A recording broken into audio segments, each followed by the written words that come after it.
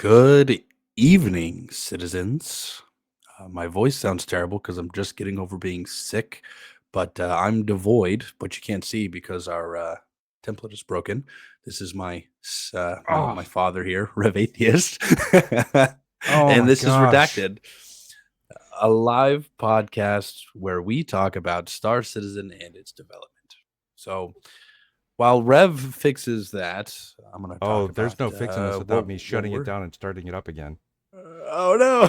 Yeah, Okay. no, it's Well, I it's guess we're it's gonna go gone for without today. names today. That's fine. That's fine. Hopefully, Chad shows up. But anyway, what are we talking about today, Rev? Well, uh w- I mean it's Day of the Vara, so we'll probably talk a little bit about that. Other than that, we're heading into IAE, so we'll probably talk a little bit about that. And of course, um new roadmap roundup came out with some interesting things that we may decide to chat about. Oof. Yes. Yes. First off, happy Halloween, everybody. It's October 31st. I don't know about you guys. This is one of my favorite holidays of the year just because I like the cool weather and the spooky vibes. But in Star Citizen, there's also a sort of Halloween celebration, more Day of the Dead, I think, than actual Halloween. It's called Day of the Vara. And for any of you who have been playing around in the verse, there's an event going on right now, kind of focused around this, where you can go and hunt for spooky masks in loot crates and they get bound to your account. It's pretty cool. There's like these little bear helmets that have the big googly eyes and like a Van Duel mask, and then they call it the Hill Whore helmet. It's like a scarecrow space helmet, sort of. But I wanted to take just a little bit of time and remind us all what this holiday really is, where it came from. So Day of the Vara, Rev. I have the whole history here, but do you know anything about this holiday yourself? Are you kidding me? For me to know, I would have to pay attention to lore, and I don't. Let's just be honest. Um, I'm guessing it has something to do with some Okay. alien race, considering it's a Day of the Vara, and I know that they put out Van Duel masks. I don't know if it's a Van Duel thing. It's probably not. It's probably more Xi'an or Banu. Who the hell knows? I don't know. Why don't you tell us about it? What the heck is the Day of the Vara? Why should we care? Okay. So Day of the Vara. First off, we should know what the Vara is, right? So in the mid 26th century, UEE, the very recently established UEE, had just discovered the Hades system. And so there were exploration efforts to chart out this system, chart its planets, yada yada. Among these ships was the Vara, an exploration vessel, which on October 27th of, I believe, 2557, was circling the second planet of the system, and they sent their morning updates, and then after a couple hours, all contact was lost. Um, no word, no nothing. Search teams went to go look for them, expecting to find either a disabled ship or worst case scenario, some wreckage, but nothing was ever found. It was no wreckage, no ship, no dead people, no nothing, no trace of anything. Obviously, this is kind of spooky, and so this was kind of the start of this. Um, in the years following this disappearance, rumors spread among haulers and travelers that something malevolent lurked in the Hades system. I'm taking this from the Galactopedia now. People began to avoid flying through it on the anniversary of the Vara's demise because on that day, the ship and her crew would supposedly return from the dead and haunt the system. So it's just kind of your classic, you know, things disappear and then come back every year on the day of their disappearance to haunt things kind of story. But something kind of fun happened afterwards. Um, about 40 years later, people started this tradition of dressing up as the dead in order to try to fend off the evil spirits, right? And it was officially recognized as a holiday the year following the death of Ivar Messer the First, which was the very first emperor of the UEE. And something that I think is funny about this is citizens actually en masse dressed up as Ivar Messer for Day of the Vara following his death. So there's this whole spiel where just citizens of the UEE are just like walking through town dressed as Ivar Messer. Hmm. Kind of fun. But that's Day of the Vara. It's just a 30th century Halloween. People dress up, uh, but it's supposed to fend off the evil spirits and protect you, um, especially in Hades system. So, but that's pretty much it. I just wanted to touch on that, given that it was Halloween. That CIG lore team put in work to help make a cohesive environment here. Yeah, well, So in case the rest of you listening don't know, uh, Devoid is kind of into the lore. He likes the lore, and I mean I am. some of it I is do pretty like the cool. lore. So it's always good to hear about.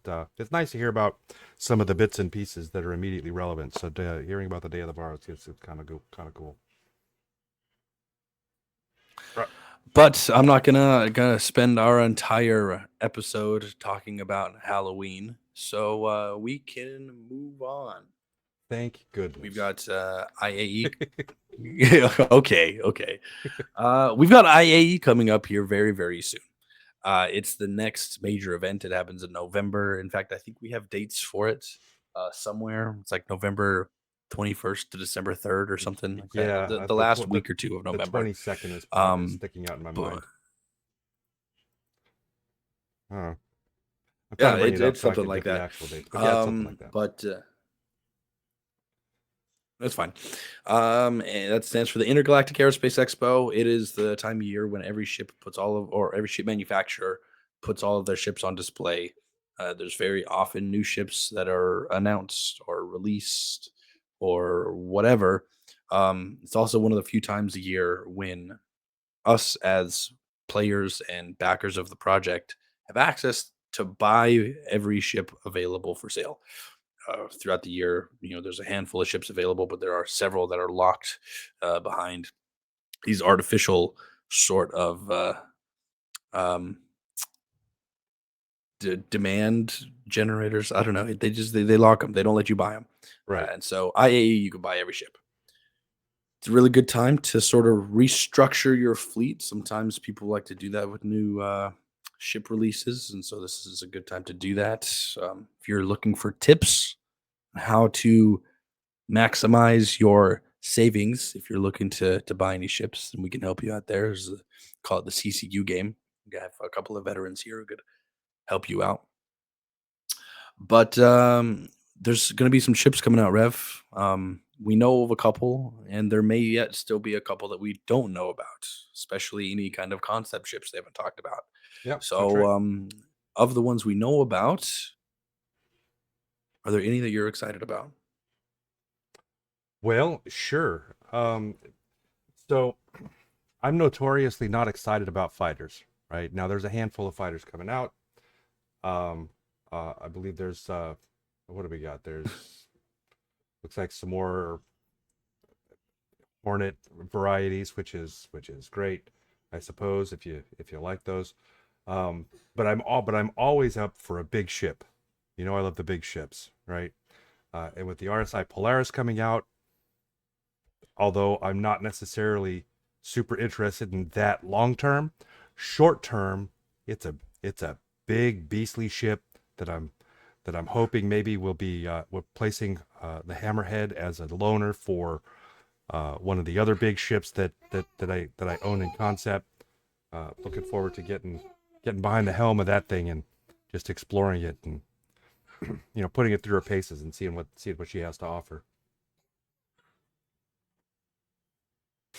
Good. So I feel like I need to put out there. I seem to be suffering from some sort of lag on my end, I think. So sorry about that. Um, but yeah, Polaris is a great choice. Um, it might be the biggest ship being released to date. Have we done a comparison on the Polaris versus the other ships? I think you're probably right. We've got I I have done some comparisons, but I'm comparing it to, the ships to come, right? So I don't think I've compared it to. I think up to now the biggest is the 890 jump, right? I haven't compared it to the 890. I do think it's bigger. I think so. I'm looking at the 890 jump versus the reclaimer right now. Yeah, so 210 meters on the 890 jump. So the Polaris is actually smaller, apparently. 890 jump, 210 meters. Polaris appears to clock in at 166. So Really? apparently it is smaller than the 890 jump. Yeah, well, that's what Star Citizen Huh. Tools says. Of course, things always change during production, and these may be old measurements. That It's is entirely possible. Yeah, possible. that's In fact, possible. it's likely actually that the Polaris will increase in size as it's released, because that tends to happen, right? They put these concepts out, and then as they're developing them, they say, "Oh fuck, we need to make this bigger so we can accommodate everything that we want to accommodate," and ships Yeah, get I'm bigger. I'm pretty It, certain that it's they've it's how it said that works. that it is bigger than originally concepted. So if those are like some original concept numbers, then yeah, very likely that it's bigger. Hello, Yeah, Vanessa. is it 210 meters though? Don't know. Yeah, probably not. Probably Uh, not. But it's big, Probably right? not. So it's Probably not. definitely going to be bigger than the Hammerhead. It is big, yeah. Definitely bigger than the Hammerhead. And the Hammerhead Absolutely. right now is the largest combat ship. Uh, I say that's the largest combat ship. Obviously, there's the Carrack, which is just massive, just a beautiful ship that needs a lot of love. Um, but it's also bigger than the Carrack, right? So I'm looking forward to it. Just that extra room, Yes, the it the is. big guns, and just Not to, just seeing what it has to offer. and beyond that, yeah, big guns is one way to describe it. Let me talk to you a little bit about the Polaris and explain why this is such a significant ship. Okay. People know that it's got a lot of missiles, right? They say, "Oh, the Polaris, it's got a lot of missiles." I don't think you understand how many goddamn missiles and torpedoes this goddamn ship has. Okay. We're talking about a payload, I believe, of 38 size 10 capital ship killing torpedoes. Wait, say that again? I'm double checking. I'm double checking, but it's got a shit ton. See, now I gotta look that up Features because to okay, that where is it? sounds. Where are ships? I'm looking for ships. Explore games. 28, not 38. 28 size 10 capital But ship killing torpedoes. size 10 was the correct number, is what you're saying, though. Size 10? Yes, size 10 So, is size 10. okay. 28 size 10 Okay. torpedoes, okay? Okay. Yes. Good. So So then let's build a little context there. Currently in game, the largest missile is a size 9 missile. And the ship that delivers, there's two ships that deliver that. That's going to be the Eclipse, and the help me out here. The Retaliator and the Retaliator. Thank you. Eclipse. That's it. Now the Eclipse, it's got one size 9. It unloads it, it runs away, it goes get another one, and it runs back in again. The Retaliator has 6 size 9. Thank you, but I don't want them. 6 size 9. One moment. Please stop that, Rosie. Okay, 6 size 9, right? So we're talking about 28. We're going from 6 to 28, and from size 9 to size 10 missiles. That is Yes. ridiculous. Just ridiculous. And may I say, okay, that these are 4 torpedo racks, each holding 7. You can fire 4 simultaneously. Oh, okay. Okay, this is Yeah, definitely becoming my new favorite ship. I mean, I'm not exactly. necessarily a So missile guy, but if I'm unloading size 10s 4 at a time, Yeah. It's kind of ridiculous, right? I'm gonna put this into even more perspective. Okay, the Polaris is we're gonna go back to lore here. Okay, the Polaris is a fairly new ship. It was only just recently put out and manufactured for the UE Navy. Okay, this ship was designed to replace the Idris. If less people with overall equal or more firing power. The Idris is an old design. They're working on phasing it out, and the Polaris is designed to be its replacement.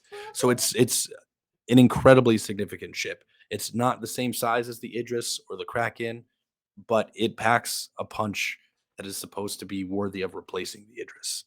So this is a big fucking deal. And with a minimum crew requirement of only 6, this is going to prove to be a worthy adversary and probably the go-to capital ship for most organizations. It's going to be absolutely insane, and so there's got to be. I'm excited to see what kind of emergent gameplay comes out of this. Right, I'm excited to see what sort of balance CIG implements for this because I mean, right now you can fucking take a retaliator and just pop in it fucking NPC Idris like it's virtually nothing, right? Yeah. Takes So a couple of runs, but I'd like to add a little bit more context, right? So we have these 28 size 10s, but that's not the end of it, right? That's just what it has for these big missiles. On top of that, it still has another looks like 2 racks of 8 size 3 missiles. So that's another 16 size 3s. So it's still able to pop some missiles off onto some smaller ships and keep those, keep those going. And then the turrets we've got looks like 2 size 5s. Is that right? Or twin yeah, size 5. One size 5 turret, 2 size 4 turrets, a size 3, 2 more, so 3 more size 3. Like, I'm just looking at the way they've got this broken out weird. So 3 size 4 turrets, 3 size 3 turrets, and now the size 5 turrets got twin guns. The size 4s have twin guns, and the size 3 have quads, like on the Hammerhead. So yeah, that's a lot of guns. that's a That lot of is guns on top of everything that's kind of a else, shit ton of guns. and capital components, which Yeah, fully capital components. fully capital components. No slouch. That's really huge, right? The only ship in game right now to have full capital class components is the 890 jump. Although they may have just revamped the reclaimer to also include capital Mm, components. yeah, but if they did, I don't think that it's all capital. It might be, but I don't think so. Well, either way, um, big deal. We're talking, hit points, shield hit points in the millions. I think it's something ridiculous like 1.2 million hit points. Don't quote me on that because I don't know for sure, but it's a lot, right? A lot of what takes the Idris so long to get down is you're just getting through the shields, right? Um, in fact, when we are taking an Idris down with like a retaliator, the first run is like all shields. The first retaliator, you're just lobbing missiles to get shields down. Um, so it's going to be a stout ship, no matter what. It's going to be very very hard to kill. At least I hope it is, because that's kind of the point, right? Right. But yeah, that's coming out.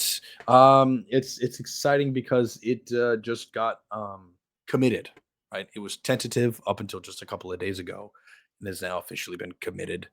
That's right. No, we were Along we with were we were you, anticipating it being released by IAE. I think that I mean it certainly bodes well for that possibility.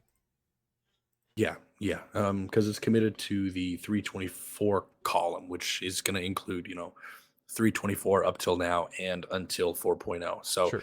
before 4.0, it's definitely coming out, which considering what we're going to talk about soon, seems much more likely than a lot of people may have anticipated.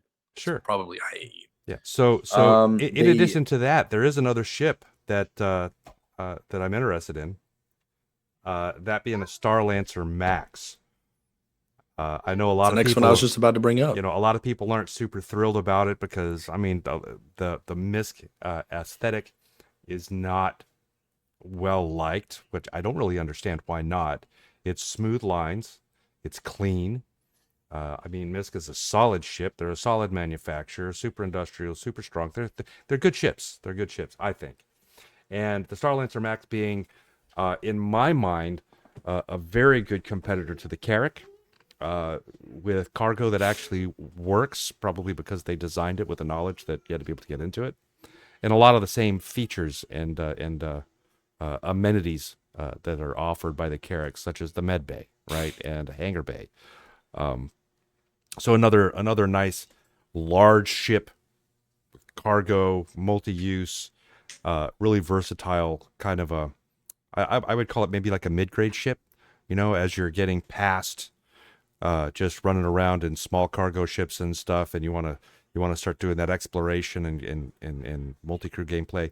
The Starlancer Max is certainly going to be one that I think people will find a lot of use for, especially early in the Pyro release when we're looking for a good versatile ship that does a lot of things that can handle a bunch of people, and isn't just the massive ship that requires a tons of people, but at the same time is something large enough to actually, for you to be able to do something with it.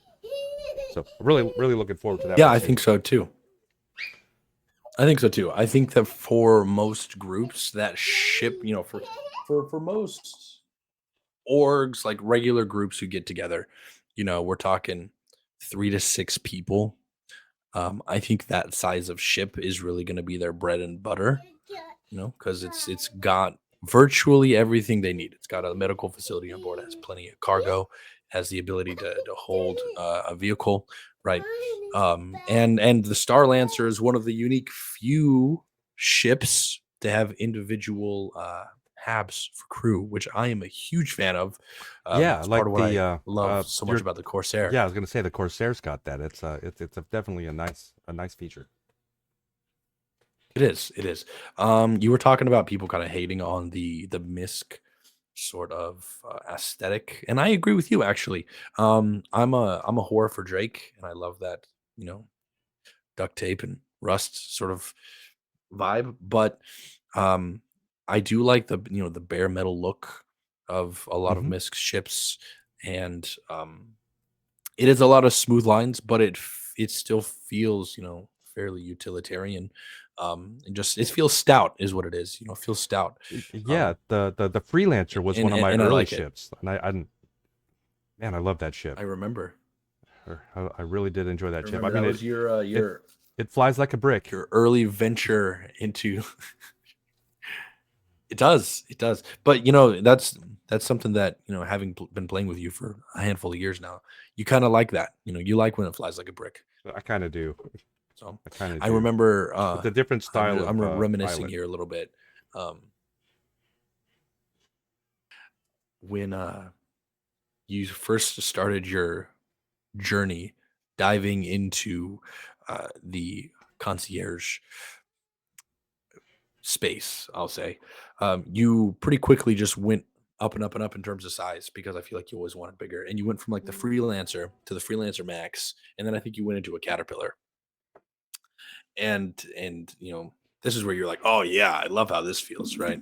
And then I remember I got in the ship with you, and I was just disgusted. I was absolutely disgusted just by the way it flies. I was like, I'm never gonna be Yeah, okay with this. you hated the But way it flies. You hated the fact it didn't have a ramp. There was like oh, everything about this ship is just awful.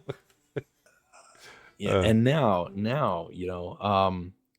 my Caterpillar is one of my absolute favorite ships. Um, I fly it really every chance I get, where it makes sense. If somebody's like moving things around, I'm like, oh, I have a cargo ship, right? And I've really come around to flying these bigger ships and enjoying that. So even though I myself probably won't get a Star Lancer, I am excited to try it out at the very least. Um, I'm excited. I really love the idea of like the Millennium Falcon cockpit where you've got a pilot and a co-pilot right next to you, and that is one thing that my Drake ships are missing. So yeah, I'll try it out at the they very tend to least. have the front back or the top bottom kind of a Or the top narrow. bottom, yeah, it's kind of It's a little weird. So the Starlancer Max is the first one coming out. After that will be the Starlancer TAC, I believe, which we're probably not going to see until after 4.0, but that's okay. That's sort of the gunship version. We won't spend too much time on it, but it's got a lot of guns, less cargo, but a lot of guns. And in case it wasn't clear, it's got a lot of guns. That's going to be a fan favorite for a lot of those people who are living in spaces like Pyro or Nyx. Um, so I am excited to see that one, and then followed by the last variant, the build, uh, well into 4.0's release.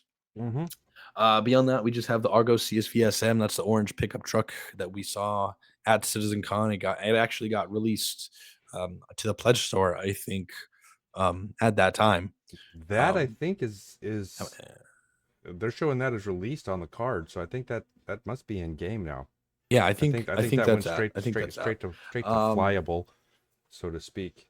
So, and then yeah, I like I think said, so. then I think that so. just leaves us And with then a yeah, couple you of talked about the new two Hornets. Hornets. Yeah, so we got the Hornet F7C-R Mark II and the Hornet F7C-S Mark II. A couple of the civilian variants.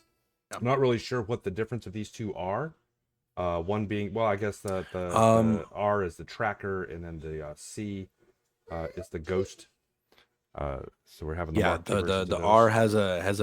has a really good scanning array on top. Um, so it's meant for like long distance scanning and stuff, whereas the stealth is it loses that, and I think it loses a couple guns, but it's got like some stealth equipment on there. It's supposed to keep it quiet and stuff. Right. Um, they're kind of cool. And since we're kind of talking about these things, we're talking about these items being committed. There's a couple more that also got committed to the 324 card. That is acidic caves and rock caves, which are, if you guys have been playing for a little bit, you're probably familiar with the sand caves that we have on like Daymar and stuff. The Yeah. really, really So cool ones where they have like the holes with the sun shafts that come in and the really awesome global illumination in there. And that's where you find the Janolite, that yellow gem. Really easy to get lost, but a very cool cave system. yeah. So And now we have these two coming in. yeah. So these two, I mean, they're in game now, so they're showing as released, not only committed but released. So they're in game now. You can find those. It looks like the rock caves. One of the primary characteristics is the bioluminescent mushrooms. I don't know if those are like lootable, if they're gatherables or not. I think they probably are. Although I haven't checked, so that's purely speculation on my part. I'm just guessing. And then, of course, in the acidic caves, they got the luminous water point pools and so I guess some unique geology. I'm kind of interested to see what those are about. Being that they're acidic, like, do they damage your suits? Do you take damage if you're running around in them? If you take your helmet off while you're running around in that acidic gas and that acidic atmosphere, is that going to do something to you? I don't know. I haven't been in there. Looking forward to finding out. I hope it does, right? We're gonna tangent just a little bit here. They showed at CitizenCon a bunch of these different biomes, right?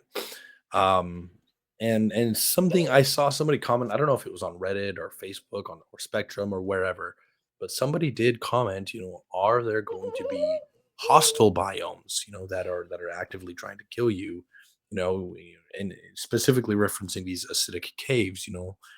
Are there going to be penalties for just hopping around in this acid, right? But on the flip side, are there going to be maybe some decent rewards for navigating through an acidic cave, taking on the danger, making your way in and back out? Which I think would be pretty cool. I don't think we're there yet, but if there was like a rare resource or something that was found at the bottom of these acidic caves, where you did have to kind of navigate through this acid that was eating at your armor, accelerating degradation. Maybe you burning through your oxygen a little bit quicker because it's filtering this acid a lot, right? But you made it down there, you collected it, you got it out, and it was valuable. I think that'd be pretty cool. So I hope we do get to see something like that. Yeah. Beyond So that, we got. Go ahead. oh no, no, you please go ahead. I know you've got the delay, so Oh, I do. I don't know. I don't know why. This is the first time I've ever had this delay. I'm not sure what's going on here. But beyond those two caves, just a couple other things. Additional player customization. So additional hair, facial hair options, as well as piercings. We got tattoos a little while ago. Now we have piercings. and then multi-tool updates. This is really just where they're bringing the persistent universe multi-tool up to the Squadron 42 standard. So things like the cutter is supposed to work. It says here for specific scenarios. I don't know what those scenarios are. So I don't know if you're going to be able to do things like cut engines off of your cutlass or cut a door open or things like that. We know based on the squadron trailer that the idea, is you should be able to like cut open a door and pop it out. But we'll have to see how that works in the persistent universe. I think we should do some testing there. But those are all of the 324 committed items that have been updated. And now we kind of get to go into some bad news. Well, it's a blessing and a curse, I think. Um, 4.0, Yeah. as we all know, is slated to be released at the end of the year. It's still listed as tentative, and I think it will be up until the last minute. That's just how they do it, right? But based on the news from just the other day, um, I think it's showing more and more that 4.0 will come out at the end of the year. But it's clear that they're making some sacrifices because there was just a whole slew of items that were removed from the release view for 4.0. Rev, you have that list there, or do you want me to go over it? Yeah, I don't have it. As you were mentioning it, I was That's okay. thinking I should That's probably okay. have it here handy. But basically, they've taken 4.0 and they've stripped it down to the Pyro system, so that's definitely going to be part of it. Server meshing, obviously, definitely going to be part of it. Okay. They did keep the mission system refactor, which is great. So there's going to be some additional mission types in the mission system refactor. They kept the quasi grazer, so we're at least going to get our space cows, and then of course Thank goodness. all of the new locations that come along with the new planets and the new system. So we're going to get Right. our locations, but that's about it. All of the other stuff from engineering to, I mean, everything else has essentially been pushed. That's not to say Yeah, that I they're have not. the list here. Yeah, so you can go ahead and go through the Yeah, list, but the important thing to note is although it won't I be will. Yeah. in 4.0, I think they're looking to do it in like a dot patch. So we'll be watching that and Yeah. seeing how it goes. So what are the things So, that we're looking to that we'll be yeah. missing? So the first thing is they've pulled life support, right? This is the feature that forces you to maintain things like oxygen levels in your ship. You do have Uh, essentially an oxygen tank, and you have to maintain that, right? And if you run out of oxygen in your ship, then you better hope your suit has enough to get you to port or whatever, right? But they have taken out life support with that system, right? It's kind of a two-part system. Fire is a big part of that because you get a fire in your ship, you're supposed to be able to utilize the life support system to vent a room or something to help put that fire out. So they kind of go hand in hand, but they did also pull fire and fire extinguishers. So that's not going to be in 4.0. A little bit of a bummer for sure. Given that Pyro was released, I thought Fire was kind of a poetic addition at the same time, but that's okay. They're pulling that out.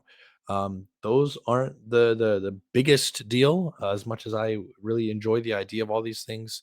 Um, but one of the kind of bigger ones that was a little bit sad to see getting pulled from the initial 4.0 release was engineering. Right. yeah, This is one that I think. that's one of the things that I was definitely looking forward to because I'm really interested in that multi player experience, right? Where that cooperative play, where you have to have some people helping you out, or your ship's just not going to function right. But if you do have, and maybe you can, maybe you can function solo, but if you've got the other people with you, it's more than just having people in your turrets. It's having people maintaining your ability to keep your shields up. It's having people maintaining your ships so that you're actually harder to kill than somebody who is running solo. So I was super looking forward to that, but still am looking forward to it. A little disappointed to see that the engineering was that the engineering's just been pushed. Yeah, I think a lot of people feel that way, right? I, for one, I'm a bit of a daydreamer when it comes to Star Citizen. I know a lot of you know that, but in case you didn't, I am a bit of a daydreamer. and I've actually got a pact with some friends where we are abstaining from any sort of pyro activities until we can all venture from Stanton into pyro together for the first time. And I think about this journey a lot, and the idea of taking us tour around Stanton, and then stopping at the gateway and preparing our ship for the jump. Stocking up on extra fuses, maybe keeping an extra power supply or something in the cargo bay in case it goes out. Having these extra things and setting the ship up just to get ready for the jump was kind of something I was looking forward to doing, right? Um, and we won't get to do that, which not the end of the world, but definitely something I was looking forward to. But again, also just promoting the multi-crew gameplay, I think is going to be huge to to survive in Pyro, relying on the people that are working with you. And engineering would have been a great way to do that. Not to mention, I'm going to go off on a little bit of a rant here. Okay. Oh, Um, okay. they've been doing a lot of ship balance. Okay. They've been doing a lot of ship balance, and I think it's kind of silly that they're doing all of this ship balance right now, right when we're on the verge of getting engineering, because engineering is going to throw a wrench in all of that ship balance. Okay. And You're just mad because they nerfed those the of you who Corsair. know, yes, that's where I'm going with this, right? Um, I really, really am excited to see how engineering can act as a balance tool, right? Because there's a lot of really fun and emergent ways to do it, right? Uh, since you brought up the Corsair, Rev, uh, Hmm.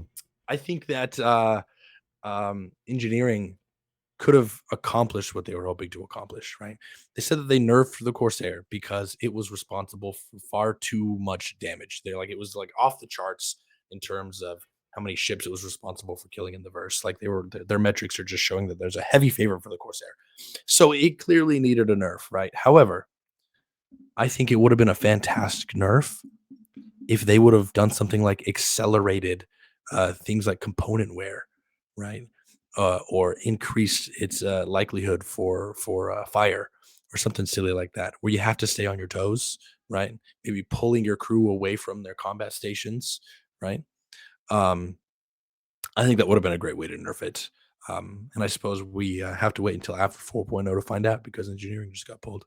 Yep. Um, but Well, we'll anyway, see. there's my little rant. I'm not going to go too crazy on that. I just wanted to throw it out there. But a little bit bummed. Something else that I was actually surprised to see. I'm not necessarily upset, but I am surprised because it seems to have been working as far back as the Pyro playtest at CitizenCon last year. Is they pulled out the solar burst mechanic. These What? the solar flares. Yeah, Did they they pulled out really? solar flares. They did, and I did a little bit of thinking as to why they would have done that. I think solar flares itself is probably working just fine. I It think why they could be pulled it because they is pulled the because engineering. of engineering. Yeah. Since Yes, you I don't think it have the is. means of Because the having somebody solar in your ship flare, dealing with the damage that's happening, like let's pull the solar flares so that you're not right, having your ships being just continuously bombarded with this damage that you have no means to deal with. I guess that makes sense. right. I I could think see that's that I being a think that's reason. exactly what it is. I think because they have made this whole thing with engineering about how you're gonna have to set up your ship before you fly it, and we've always asked ourselves, what does that mean? What do you mean set up our ship to fly it? Because right now we have the power distribution, right? But that's not making a conscious decision before you fly to set up your ship. But if they're pulling solar flares, that tells me that maybe setting up your ship is going to your shield generator and tuning it a specific way to be, more resilient against solar flares at some other sacrifice, right? And so I think you're right. They probably pulled solar flares because it's a specific type of damage, and if they're pulling engineering, we probably don't have a way to protect ourselves against it. So we would just be, in short, fucked. So, I think the solar flares are working fine. I just think they're pulling it because of engineering. It's my own speculation. It's your speculation. That's my spec. I mean, it makes sense to me. Um, yeah, yeah. Beyond that, charge and drain. This is a function with the multi-tool where you actually have these battery cartridges in the multi-tool that you Yeah, reload like yeah. magazines, More right? than the multi-tool, also like the med gun is uses batteries. Um, and I guess that's the main thing. The tractor gun, I mean, that's going to be using batteries. So there's a few things that I think would probably Yeah, be yeah, affected. pretty much, yeah, yeah. But it is a charge drain. Um, even like the fire extinguishers use sort of a charge drain feature where you use the fire extinguisher, you got to hook them back on the wall so they can refill. So it's probably the same mechanic, just tailored slightly different.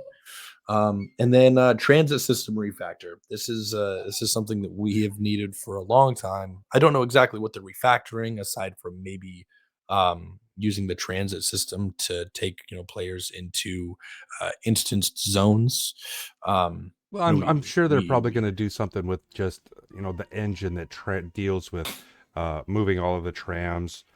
They may come up with some new tram routes.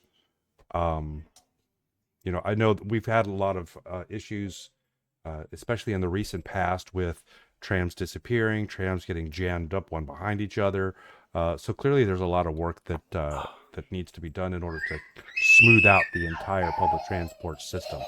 So, I mean, I like the trams. Personally, that was one of the coolest things coming into the game for the first time to realize, oh, I got to go catch a bus. Oh, okay. And then on yeah, it went. It was super cool. I I thought it know, was right? one of the neatest things. It's one of those things that I think some people love and some people hate because a lot of people are like, "Ugh, I just want to get to my ship already." But maybe I get this from you, but I am an enjoyer of little things and taking in my environment when I'm playing a game. I play a game to be immersed, and the idea of, oh, yep, I'm in the residential district where I just woke up in my apartment building. I'm gonna go down and get a fucking double dog for lunch, and then I'm gonna head over to the spaceport so I can go up and go do my job for the day. It makes sense where oh, I have to go to a different district where the ships go, so you gotta hop on a fucking train. Right? Take public transportation. And Exactly. so I'm a fan also of the tram. I am a fan of the tram. I am, however, And glad that they did not institute a bus pass or having to pay with like tokens or some shit. You know, free public yeah, transport. So that was same. gotta get a bus pass. Crap, Yes, I gotta go yes, to the transportation department to buy a bus pass. right. Or you got to go do like janitorial work to earn like dollars and Yeah. cents so you can pay for your bus fare. Yeah, no, that's getting to be too much, right? He says don't give them ideas.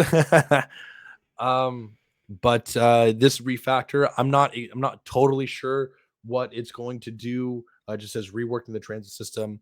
Honestly, as long as Osiris said also trams going to space, as long as it keeps trams from going to space like they sometimes currently do, I Yeah, will be when they're happy. not We get supposed these to. trams. Yeah, they get these trams that go and then they go, Yeah, well, and having sometimes having trams that are corp they like superimpose over each other. And having a shuttle that would go from like the surface to the space station, that would be kind of cool.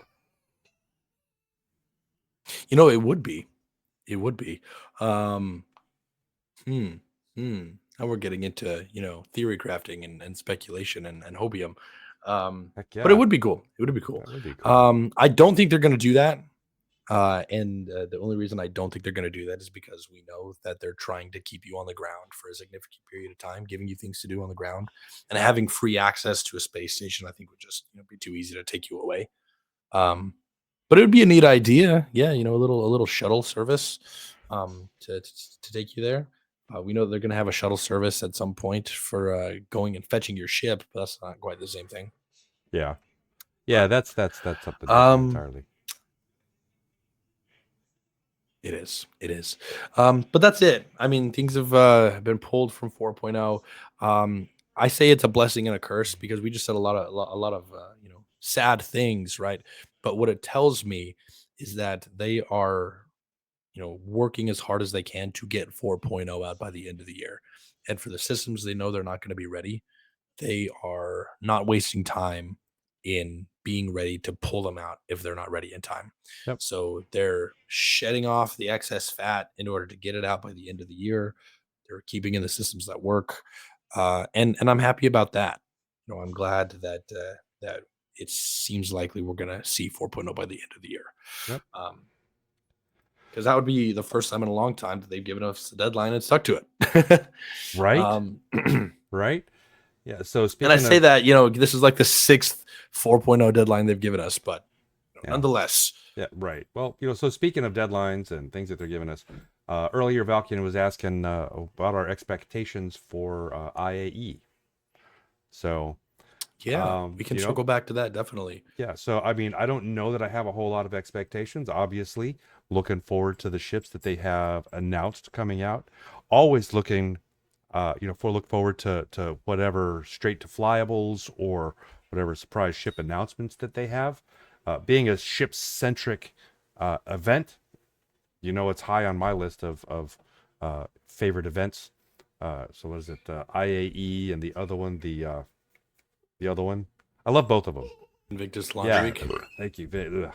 Sorry about that. Invictus and Oh, IAE, my two favorite events. I love those. Uh, and I think they're good. I They're think good. I think I kind of prefer Invictus just because it's military combat ship centric. But even still, with IAE, there's so Great many. defense con. Right.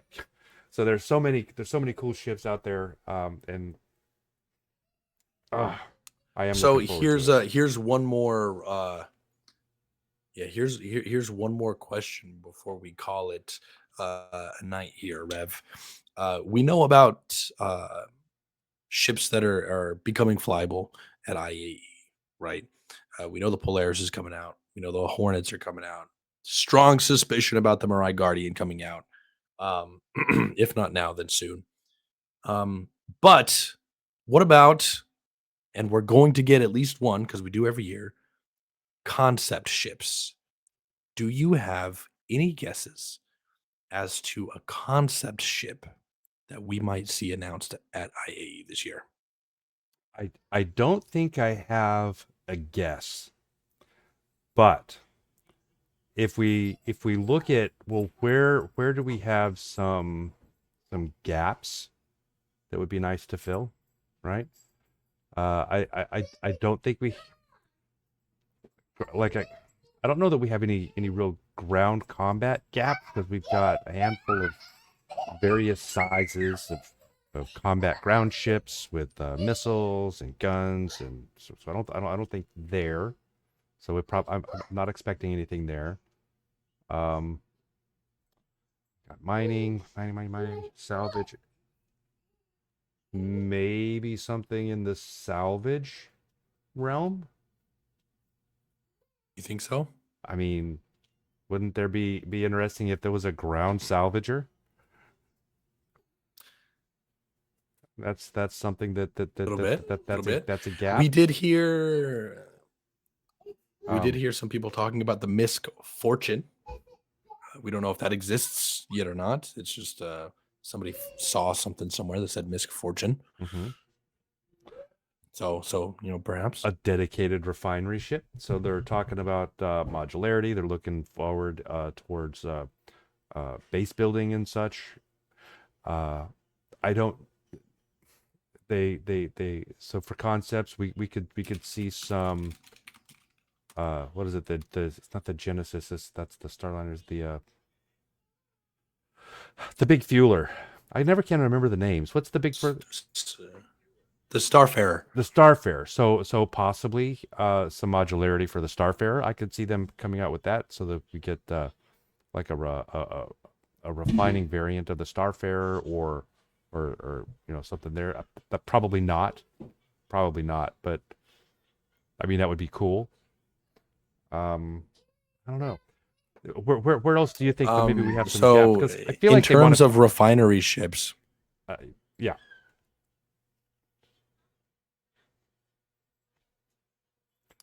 so I'll answer your question in just a second. I'm going to disagree with you on the refinery ship because I'm looking at the Misk Expanse here, which is a medium dedicated refinery ship that they put out on concept like a couple years ago. Oh, okay. Well, never mind then. But as far as things that are missing, Or at least industrial, where we could increase coverage, even if it's not missing per se.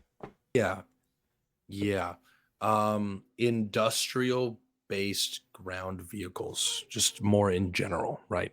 Hauling, mining, uh, salvage, right? Just industrial based ground vehicles as a whole. I think that we are a little bit lacking in, and given that base building is coming out and we're going to get the CSV and this little push cart, I think that they're going to make a little bit of a push for industrial based ground vehicles, and I hope they do. I hope they do. Thank you, Krios. Yeah, I thank you so appreciate much. that a lot. Um, um, I also think, right, that we've got ships like Hey, we just hit a goal. I'm just. Oh, did we? Heck Did yeah, we? 10 of 10 new Jesus, subs. take your Thanks. top off. I will not be taking my top off. Um, we've got ships like the Arastra, right? Mm-hmm. And I think the Arastra is supposed to be the mining equivalent of like the Reclaimer. Am I incorrect in feeling that way? The mining equivalent of the what now?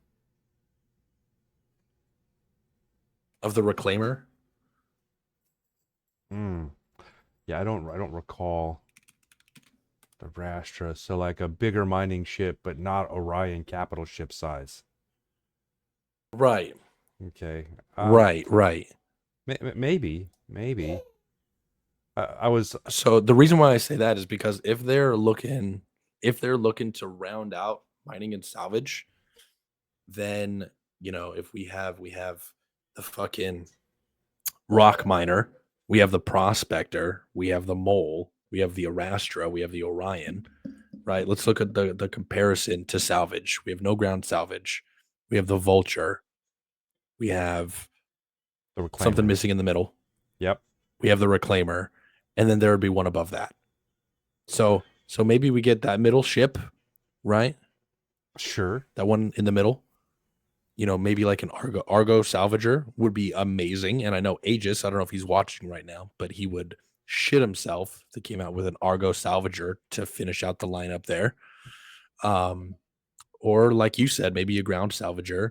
Or if we're feeling really, really jiggy, they probably come out with like a capital class salvager to pair up with the Orion.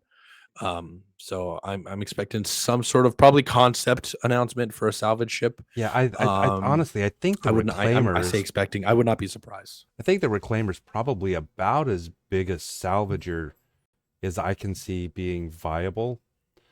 Now, granted, when you start getting into big salvageable ships, big wrecks, so we're talking Javelin, Idris, the big guys.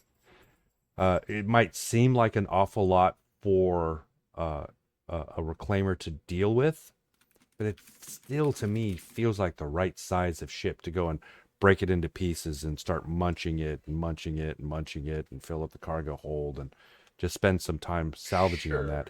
And anything much larger than that, I mean, it kind of gets into the case where, so right now, for example, the reclaimer can like break apart a hammerhead, and that's just enough to fill the buffers essentially, and then you go find another one, right? Um, Right. I Right. feel like in order for it to really feel like I'm using the reclaimer as a salvage ship on something substantial, I mean, you can get to the 890, you can salvage another reclaimer, and then you have to maybe do 2 or 3 trips through, to empty the buffer on those to salvage the entire ship. But it still doesn't feel like a huge amount. So I don't know. I have a hard time seeing a bigger salvager being viable. Well, here's why I bring it up, right? And I won't spend too much time on this. I just want to show you what I'm looking at for comparison. We have the reclaimer clocking it at 160 meters. Okay, it's a big ship, Big ship. right? The Arastra, as a concept ship, clocks in at 124. Alrighty. And almost always ships get bigger in development. So it may not be quite as big as the Reclaimer, but it's going to be pretty Yeah, goddamn 100, close. 100, Okay. 100, 140, 150 maybe.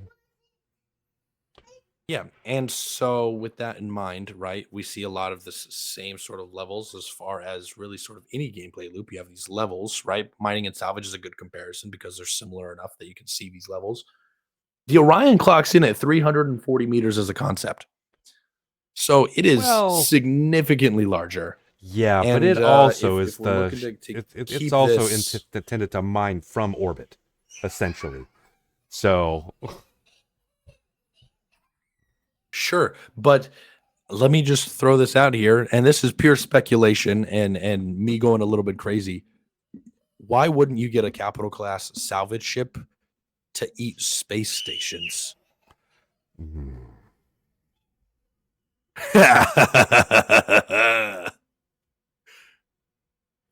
okay. Why wouldn't you? Why wouldn't you? Anyway, that's my aluminum. That's my tinfoil hat theory for the day. You know, we've got player-owned space stations. We're gonna have derelict space stations. I see no reason why you wouldn't have a capital class salvager in line with the Orion to eat those space stations. But anyway, it would be cool to see something like that announced at IAE. Sure, absolutely. So, but I think that's all we have for today. Rev, you have any last words to put out there? I don't. Maybe go have a look at our website. It's not currently in the best state, but we are making progress on it. So pyrofreelancercore.com. Feel free to go to have a look at that as we improve the website. It is getting there. Definitely stop by our Discord, discord.gg/pfcs. It still sucks. Yeah, we'll get it. We'll get it though, but we are making progress. So,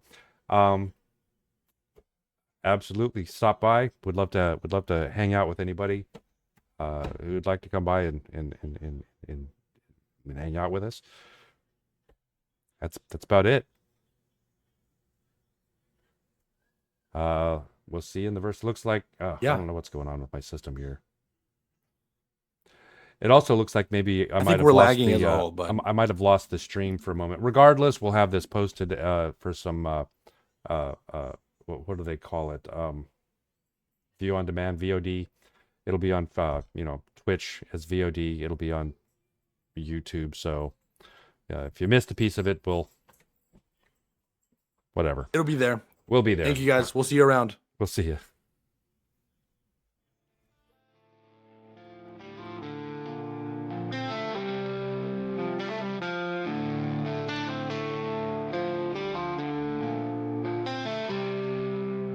In the heart of Pyro, where the stars ignite, we fight for our future against the endless night.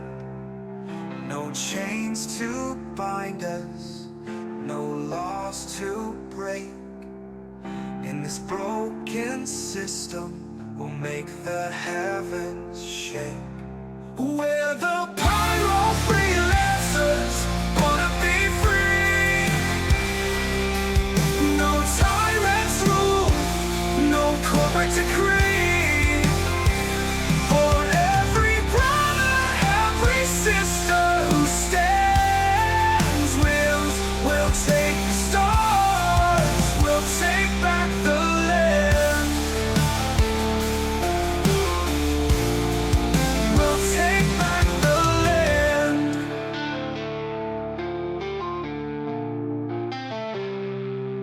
The UE falters, the grid fades away as we rise stronger in the light of day. With honor and fire, we'll chart our course. No system can hold us, no empire can force. We're the Pyro Freelancers, wanna be free. No tyrants rule, no corporate decree. For every brother, every sister who stands, we'll take the